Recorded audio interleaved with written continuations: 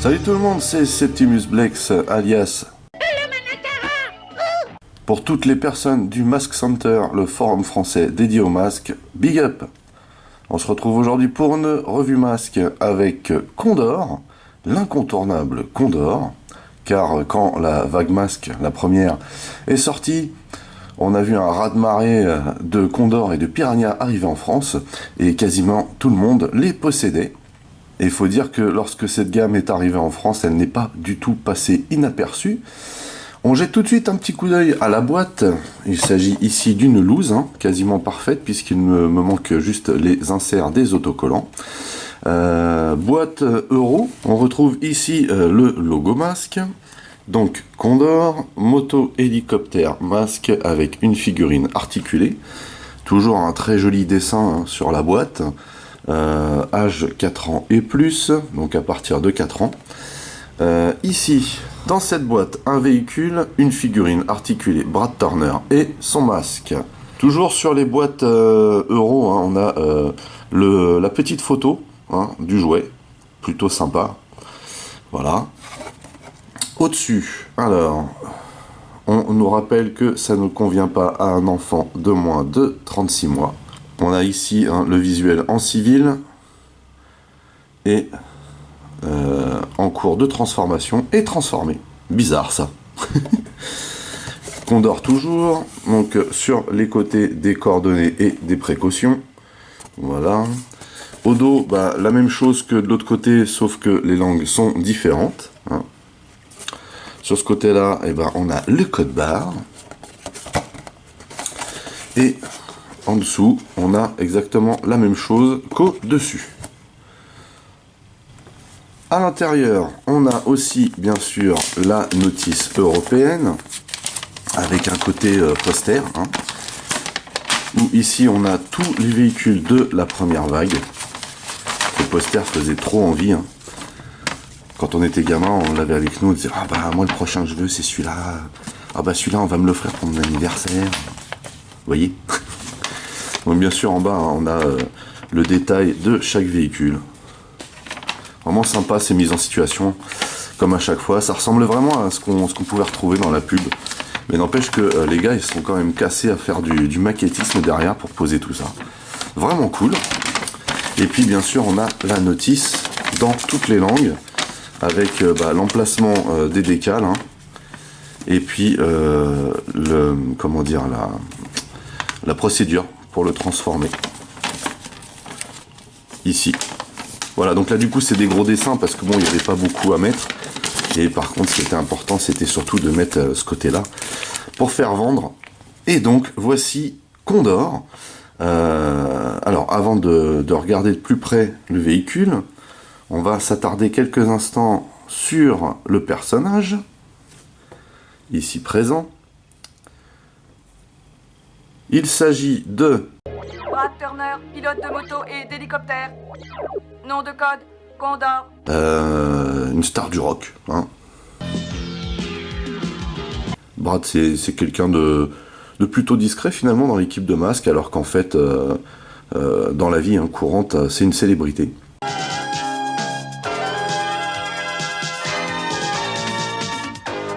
C'est ça qui est drôle en fait.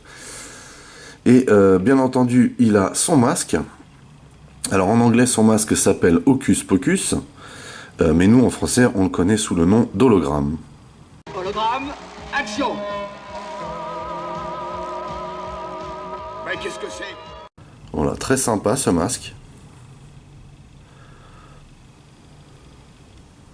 Vraiment bien fait. On a le pur look du motard. Bon, bien sûr, ça flash, c'est jaune, mais le costume est plutôt sympa. Et quand on enlève le masque, on a donc le visage de Brad, avec les lunettes de soleil de Rockstar, normal.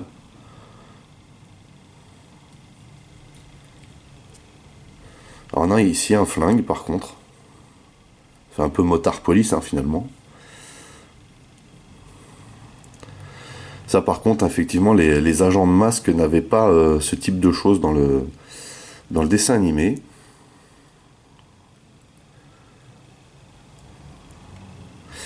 Alors, la tête est articulée, hein, comme d'habitude, de gauche à droite.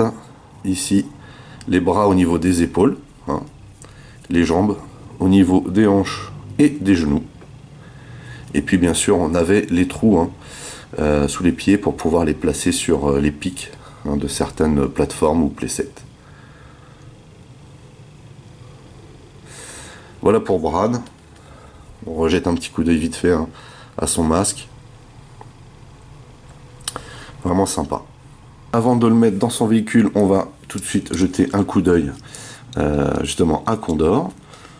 Alors je ne sais pas trop quelle marque de moto ça peut être, hein, mais ça ressemble de visu comme ça à une Kawasaki de l'époque, ou une Yam, au pire. Mais en tout cas, c'était pas licencié, donc voilà. Très jolie cette moto, hein, ça sortait un peu de ce qu'on pouvait voir à l'époque, hein, d'avoir une moto dans un line-up, ça faisait plaisir. Surtout une moto comme celle-ci, hein. Très très sympa le design de cette bécane. Vraiment cool. Ici donc le sticker, hein, pour le tableau de bord, on va dire. Car par contre on n'a pas de guidon ici, hein, comme vous pouvez le constater. Alors elle roule très bien cette moto. Voilà. Donc là pour l'instant elle est sans pilote, mais vraiment stylé. On a la bulle ici, hein, en translucide fumé là. Vraiment sympa. Donc ça avait tendance à se déboîter, car ça peut se déboîter. On pouvait aussi utiliser, hein, une partie de la transformation, celle-ci en l'occurrence, pour faire comme si on l'avait stationné quelque part. Voilà. Plutôt sympa. Donc, on va mettre le perso dessus. Alors, on rentrait comme ceci. On rentrait bien les jambes à l'intérieur. Voilà. Et voilà. Voilà ce que ça donnait avec Brad au guidon, qu'il n'y a pas. Et donc ce que je vous disais, hein, c'est que ça roulait très bien, hein, même avec le personnage dessus. Il y avait peu de chances qu'il se croûte. Voilà. Cette moto se transforme en hélicoptère. Une transformation toujours très ingénieuse. Même s'il suffisait d'y penser, cette fois-ci, il fallait quand même la sortir, celle-là, hein. Donc la première chose à faire, c'était de faire basculer ce bloc, comme ceci. Et donc là, il fallait descendre Brad, hein, par contre, vous voyez, d'un étage.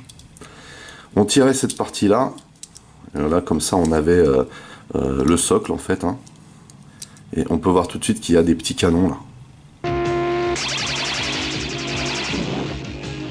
Et bien sûr, le fait de baisser cette partie-là, vous voyez, ça faisait lever le canon qui est devant.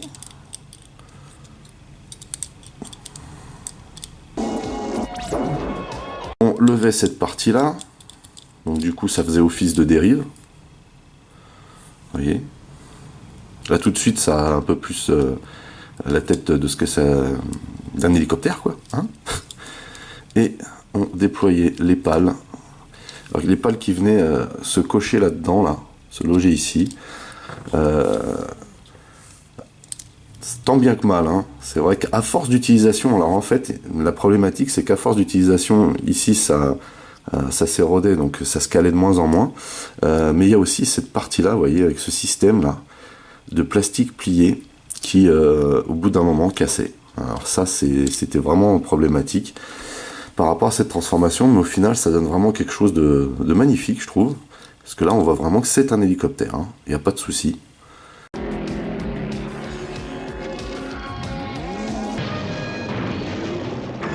L'hélice tourne très bien. Voilà. Alors par contre, ça, là vous voyez que ça se lève pas des masses parce que elle est restée pliée longtemps, la moto là. On a du jeu ici. Donc ça tourne, mais ça a tendance à venir rencontrer la dérive. Mais bon, voilà ce qui donne en mode hélicoptère. Et donc on pouvait se poser de cette manière-là. Alors la particularité de Condor dans le dessin animé, c'est ce fameux canon qui est à l'avant, le canon antimatière, hein. Bien utile ce procédé antimatière.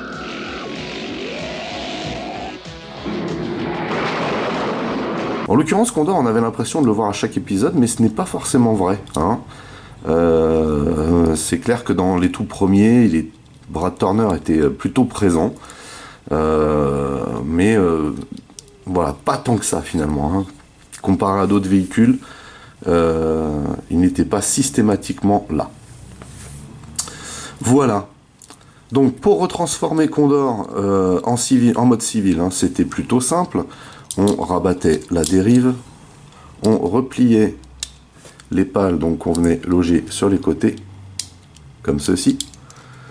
On faisait basculer, vous voyez, du coup en basculant, ça faisait rentrer le canon, donc, puisque ça appuie là, hein, tout simplement.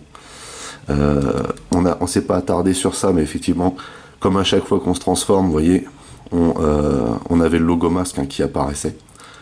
Voilà, du coup là il était caché. Et bon, bah, on avait la béquille ici hein, qui sert aussi à le maintenir en mode hélicoptère.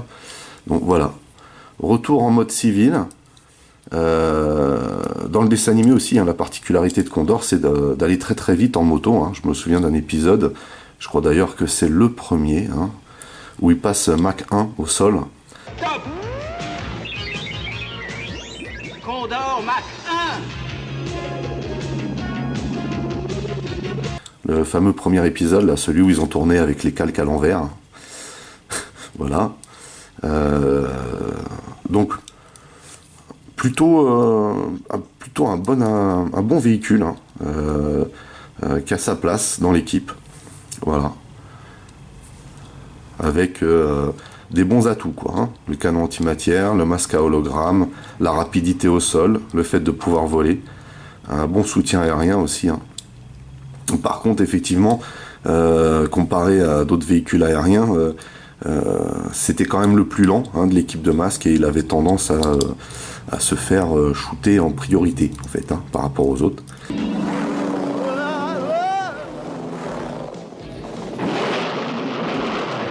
On termine ici avec un comparatif de taille ou un display comme vous le souhaitez, hein, juste pour vous montrer qu'effectivement encore une fois ce véhicule à la bonne échelle hein, par rapport aux autres. Ça c'était une des caractéristiques du line-up de masque, c'est-à-dire que la plupart des véhicules, quasiment tous d'ailleurs, étaient à la bonne échelle entre eux. Et surtout respecter l'échelle qui avait le rapport véhicule-figurine, ce qui n'est pas le cas par exemple dans la gamme G.I. Joe ou même dans la gamme Star Wars, hein, car sinon on se retrouve avec des véhicules démesurés vu la taille des figurines. Voilà. Bah écoutez, j'étais très content de partager ça avec vous. N'oubliez pas que vous pouvez lâcher des commentaires dans la section du dessous, que si vous avez aimé, un petit pouce en l'air, ça fait toujours plaisir. Vous pouvez aussi partager mes vidéos, hein, c'est cool, ça me fait de la pub. Si vous avez aimé, un petit pouce en l'air, ça fait toujours plaisir. Vous pouvez aussi checker mes autres revues, Masque, Transformers, X-Wing, Micro Machines, etc., etc., etc. Mais aussi mes playlists. En attendant, je vous donne rendez-vous à très très vite. Portez-vous bien et à la prochaine. Allez, bye bye. C'est Condor.